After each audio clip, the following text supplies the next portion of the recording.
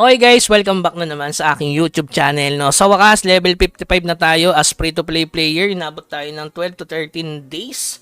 Kasi nga medyo busy din tayo sa other game like Nycross at ngayon meron pang ROM. So sa wakas na level 55 na natin, pwede na tayo magbenta doon sa kanilang next market para maging USDT ang item na ibebenta mo.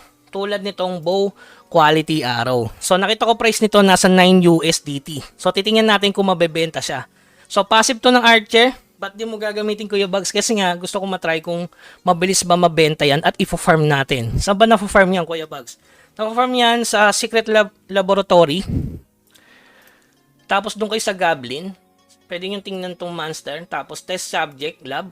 Tapos, hanapin nyo yung Goblin. Ito. Mutant Goblin Wizard. Ayan, may drop siyang, ayan, bow quality arrow. O kaya sa, sa Twilight. Ayan. Pwede kayong tumambay dito sa Tome of Time. Kaso ang problema dyan, Archer, sobrang daming tao dyan. Tapos dapat range kayo para as in, makapatay kayo. Kasi ang ginagawa ko ngayong build guys, ayan, katulad niyan, critical build, na naka-attack speed lang, di ko kailangan mag-skill. Para ako yung unang hit doon sa monster. No, yan, kita nyo, critical. So, sobrang solid guys. Naka-attack speed lang. Kahit naka-rare tayo na avatar, sumasabay tayo at makakapulot tayo ng ganun. So, try natin sa mga susunod na araw na mag 24/7 ako doon. At pag nabenta to sa presyo na 9 USDT, paldo din, no? So, ngayon, try na natin yung next market. Ayun, register on next market exchange guys. Click nyo lang to. Huwag nyo gagamitin na ako. Nasa inyo guys kasi malaki din yung bigay ng bow quality arrow eh. So, register on next market. Ayun. So, pupunta tayo dito. Ayan, ganito yung magiging itsura guys. Pwede natin iset. Ayan, 9.22. So, isaset pala natin agad guys Current lowest listed price is 9.22. Yesterday average trading price is 10 USDT. So, tingnan natin kung mabibenta to guys. So, ayan, kita nyo naman 482. So, register natin. So, ibebenta na natin yan.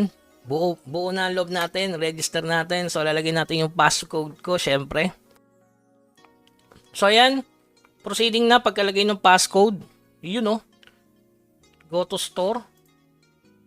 So, tingnan natin yung natin. Ito ba yung sale? Ayan. So, ayan. Binibenta natin ng 9.23 USDT. So, ngayon nga pala guys, pwede nyo nang i-claim yung dito nyo, yung regarding dun sa mission and reward. Ayan. So, ayan. Pagka-claim nyo, pwedeng gamitin nyo is Google account. So, ang ginawa ko lang dito guys, Google account na kinunik ko sa DAP.io portal. Tapos ngayon, nag-reflect na tong 2 USDT, which is good na rin.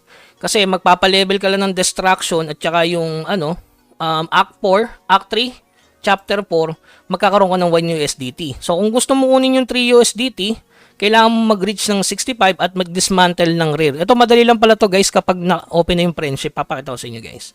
So, ito siya. Nag-reflect na siya to USDT. Yan, 1.99 siguro merong gas fee na binawas itong kaya. Yan, meron na tayong laman sa wallet. So, which is good na as free to play. 'Di ba? Kumita tayo ng naglalaro lang tayo. So, good thing. So, papakita ko sa inyo paano mag-dismantle ng rare item para to sa mga bago. Alam ko naman, alam niyo na yung regarding sa friendship. No? So, yun. Wala na yung natin dito. Nasa NFT market na. Babalitaan ko na lang kayo through live kung nabenta yan. Lawak yan. So, yung friendship, kailangan yung palibelin. Tapos, mag-dismantle kayo ng rare doon. Gamit yung gold coins. Mas maganda yan kung mag-alt kayo, guys. Tapos, kumuha kayo ng friendship via daily quest. So, naturo ko na naman yan sa part 1, tips number 1, 2, 3, 4, 5. Kaya nga sabi ko sa inyo, huwag kayong sumorkat. Panoorin nyo lahat yun guys, mga info yun regarding dito sa game na to. So, punta kayo sa friendship.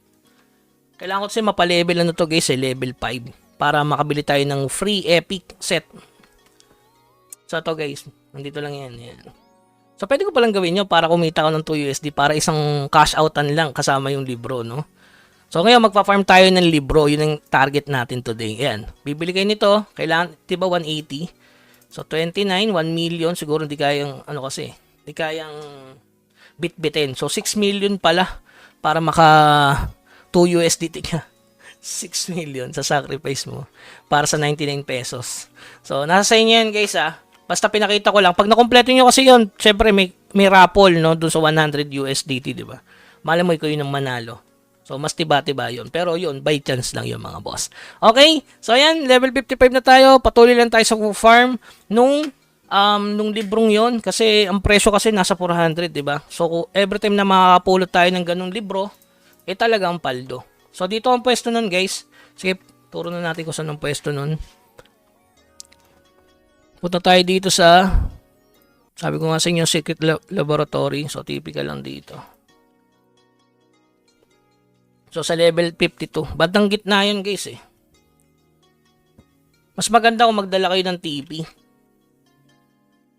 So, maraming item na, na mahal. Tingin na lang kayo sa next market. Pero yun, buo quality araw, napakamahal na nun. 400. Not bad na yun. Kung makakapulot ka nun, kung marami kang account, di ba? So, na Archer. Siyempre, Archer lang yung makakasawsaw ng mabilis. So, may technique dito, guys. Bumili kayo ng TP-TP. Parang di na kayo maglilibot. Yan, no.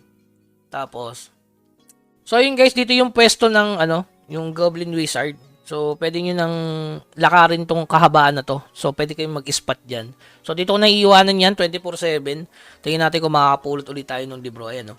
Mutant Goblin Wizard. Yan. Diyan napupulot yung libro na hinahanap natin. So, maglalaglag yan ng 400 pesos, guys. Kung nabenta na yung bined natin sa market. So, balita ko na lang kayo sa live. Dumalo kayo kung nabenta na yung, tanongin nyo ako, pwede nyo naman ako tanongin kung nabenta na. So, papakita natin kung nabenta na talaga. Okay, so yun lamang guys. Keep grinding. Huwag kalimutan mag-subscribe sa ating channel para sa iba pang tips. Hanggang sa muli. Paalam.